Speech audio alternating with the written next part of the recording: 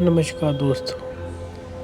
आपको पता चल ही गया होगा कि यह कहानी है एक बूढ़े मजबूर पिता की। एक गांव में एक आदमी रहता था जो बहुत बूढ़ा हो चुका था, जिस वजह से उसे कम दिखाई देता था और बहुत कमज़ोर भी हो गया था। इसलिए अपनी बची कुची ज़िंदगी अपने बेटे के साथ बिता सके, इसलिए शहर में रह रहे उसके बेटे के घर रहने चला गया। बेटा एक शहर के छोटे मकान में रहता था। मकान तो उसका छोटा था, लेकिन उसके अंदर जो चीज़ें थी वह महंगी थी।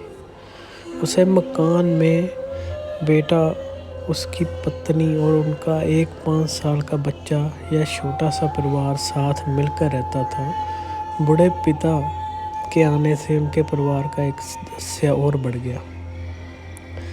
यह पूरा परिवार रोज़ सुबह शाम डाइनिंग टेबल पर साथ में खाना खाया करता।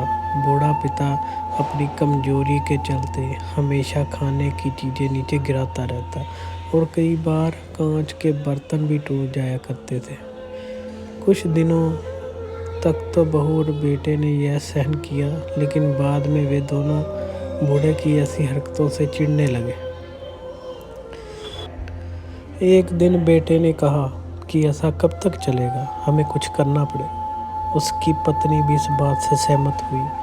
अगले दिन बेटा कहीं से एक पुराना मेज लेकर आया और घर के एक कोने में उसे लगा दिया और अपने पिताजी से कहा, आप यहीं पर बैठकर खाना खा लीजिए। उन्होंने एक लकड़ी का बर्तन भी बनवाया जिसमें अपने बूढ़े बाप को खाना देने लगे।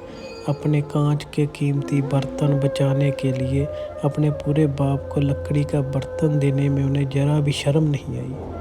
अब खाने का समय जब जब होता तो बूढ़ा बाप एक कोने में बैठकर खाता और बाकी का परिवार डाइनिंग टेबल पर खाना खाया करता।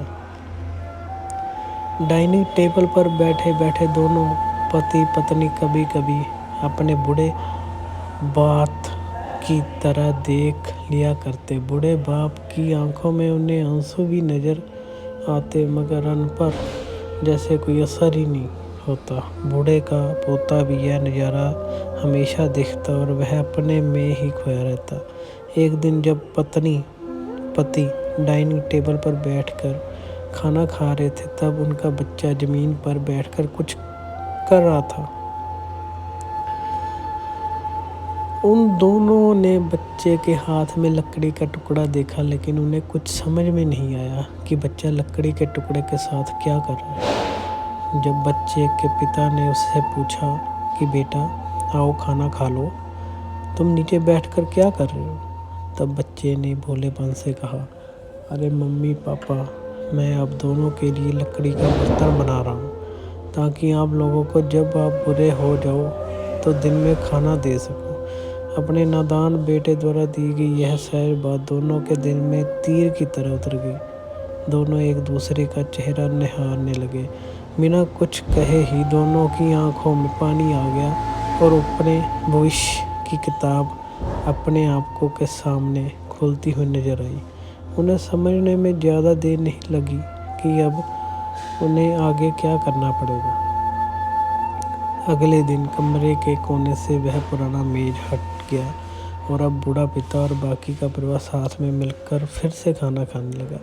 बूढ़े की कमजोरी की वजह से हो रही गलतियां भी अब किसी को नहीं चिढ़ाती थी। दोस्तों, यह कहानी हमें बताती है, हर वो पत्ता जो आज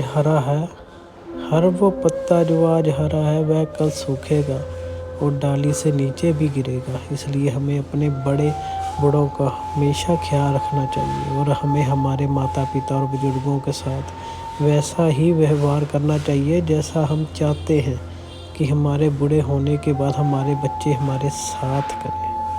धन्यवाद दोस्तों। अगर आपको अच्छा लगा तो ज़रूर शेयर करें।